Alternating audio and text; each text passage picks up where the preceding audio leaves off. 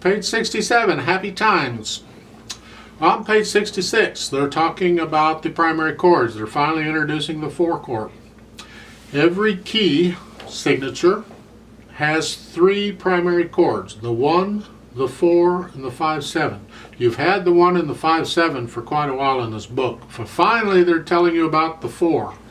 Very important, so learn these primary chords. Especially if you're going to improvise, you need to know them. They are used a lot. The 1 chord is simply the 1, 3, 5 notes of a scale, with the name of the scale being the bottom note. So if I'm in C, the bottom note will be C. I'm going to go up 3, 4, 5, and that's my 1 chord. I can go to any key and I play a 1 chord. Yay. In either hand. Okay. I already know about the 5/7. The 4 chord, the way they're presenting it, okay, I present a little different. They did this way.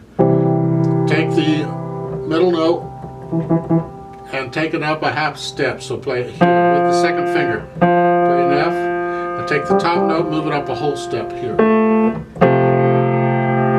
that. So you're going from here to here. That's a 4 chord. Okay? It's an important chord. You already know about the 5/7. You take the bottom note down a half step, and the middle note up a half step. Use the index finger.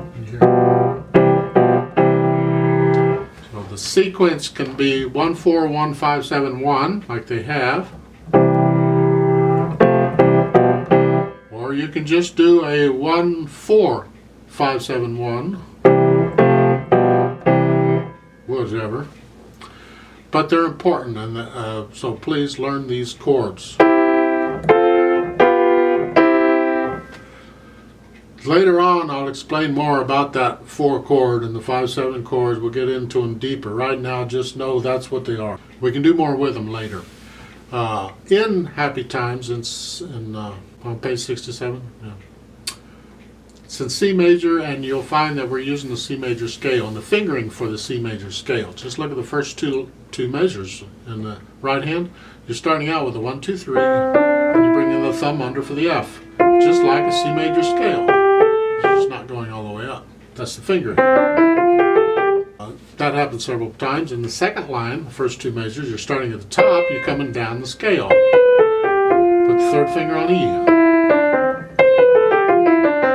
Okay, just a scale. If you can play the scale, you run into pieces like this, they're a piece of cake. If you can't play the scale, then you're struggling to figure out what finger goes where and what am I doing here. So learn the scale. Same with the chords. If they got the chords in the left hand, you got the 4 chord, and the 1 chord, and the 5/7 chord at the bottom. If you know the primary chords, this is a piece of cake. You know, the hard part's the staccato and getting all the notes down at the same time. Because again, wrist staccato's fine. You can use the arm if you want. It's a little loud. No, wrist is good. In the right hand, first line, the last 2 measures, you have a slur and a staccato. So you're connecting the C to the G, but you're getting off the G real quick, and that's a finger staccato there. There's a rit at the end, a RIT, to slow down. I'll ignore that when I'm doing with a metronome. And the last measure. See, we try and be exact in music, and then once you've learned it exactly, if it's an arrangement, you can alter it if you want. Okay? If it's classical music, just learn it exact. But learn it exact, period, regardless of what kind of music is, and then you can alter it later if you want.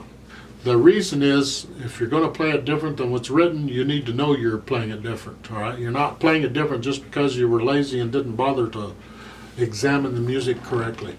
And that last measure, that chord, that is held for 1.5 counts. So on the end of 2, you lift up. So it's 1 and 2 and, right? Make sure you're exact in how long you hold that. It is important, believe it or not. I want to talk a little bit about the technique, because it's getting a little awkward. the first line, the last two measures. In the right hand you have the slurred staccato. By itself it's not bad. In the left hand you have the staccato wrist. By itself it's not bad, but when you put them together it's like ah. So practice the technique on that, because you're getting that elsewhere too. It can get weird. One hand at a time for a while if you have to. So let's try this out and see. You can do the dynamics on your own. I'm just going to play it all about the same because I want you to hear it. It's in 2/4 time, but because of the eighth notes, I'm going to give us 4 counts.